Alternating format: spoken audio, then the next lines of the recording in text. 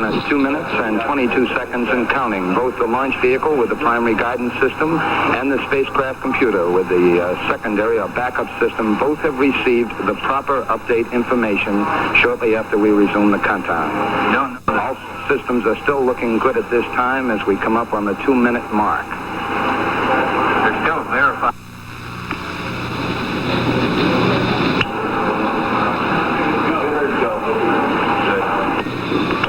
This is Gemini Launch Control, T-minus 1 minute and 50 seconds. We now have confirmation here in the control center that the updates received by the launch vehicle and spacecraft are correct. We are in a go condition at this point in the countdown. During the final moments of the count, the vehicle will go on internal power on its 2 batteries in the launch vehicle at 1 minute and 30 seconds. Right at this point, T-minus 90 seconds and counting. Some 10 seconds from now, the engines will be gimbaled. Once again, as a final check, the launch vehicle test conductor will alert the astronauts that this event will take place because they can actually feel it in the spacecraft itself. Now 1 minute and 11 seconds and counting. Most of the work in the blockhouse at this point is all monitoring the various consoles. We are in a completely automatic sequence. Now T-minus 60 seconds and counting.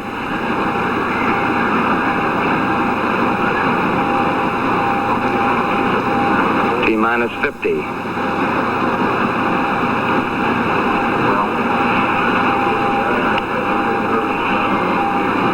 T-minus 40 seconds and counting. During these final moments of the count, the pre-valves in the launch vehicle will open to permit the fuel and the oxidizer to come down toward the chamber of the vehicle. 30 seconds and counting.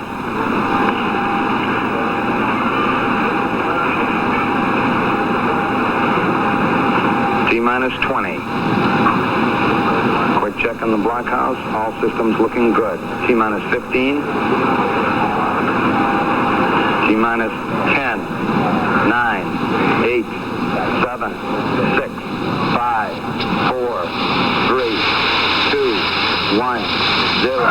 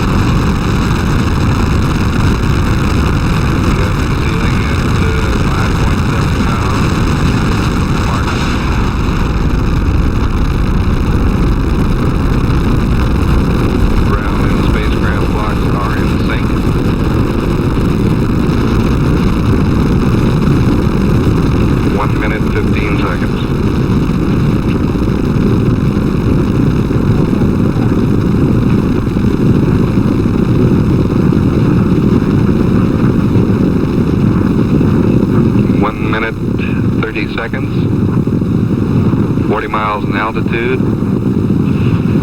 Surgeon reports the crew looks fine to them.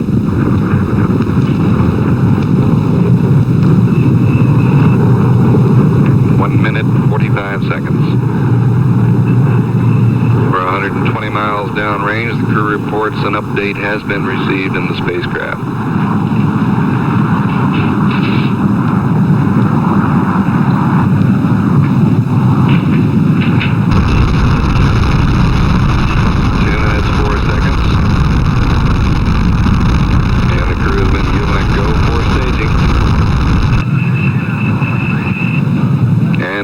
Go for staging, Young reports.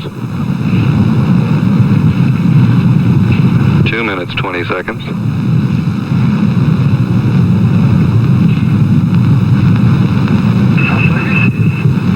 Crew reports they received another update.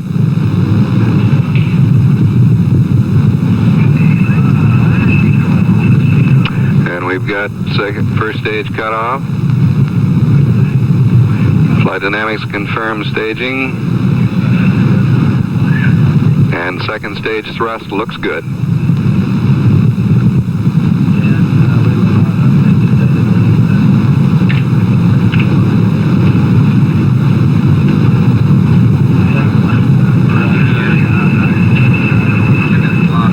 Young says his guidance displays look good on board, and they look good here in this control center.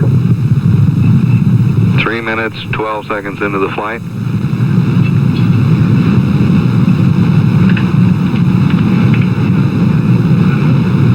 We're 120 miles downrange, approximately 60 miles altitude. 3 minutes, 30 seconds.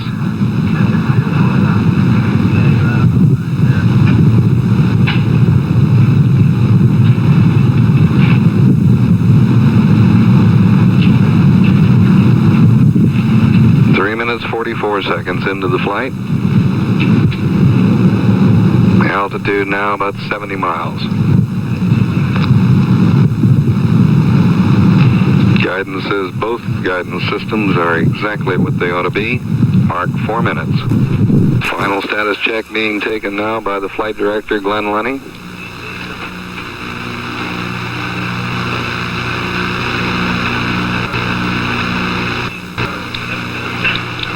He gets a go from every station and tells Gordon Cooper to give 10 a go. And Young reports he is also go. 4 minutes, 24 seconds into the flight.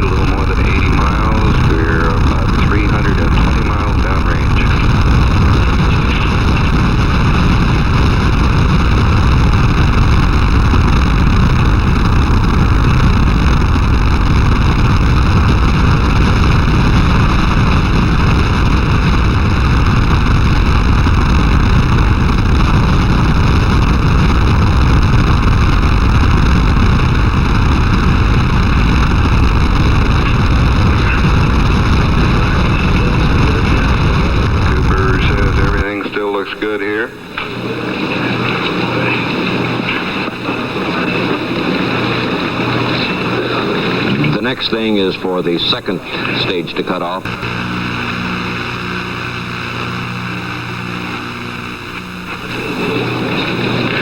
We're now reading a little more than 21,400 feet per second.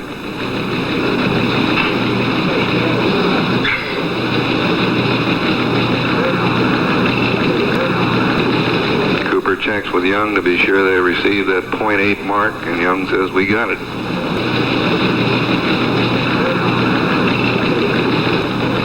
Little conversation coming back from the crew.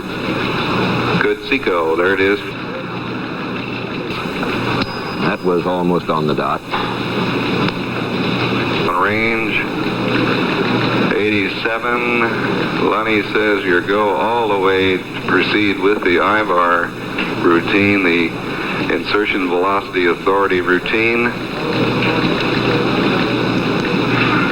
The crew of the spacecraft is firing its thrusters, and Young says we look good. They're leaving the second stage. They should be in orbit now. Collins now reading some numbers out of his computer on board.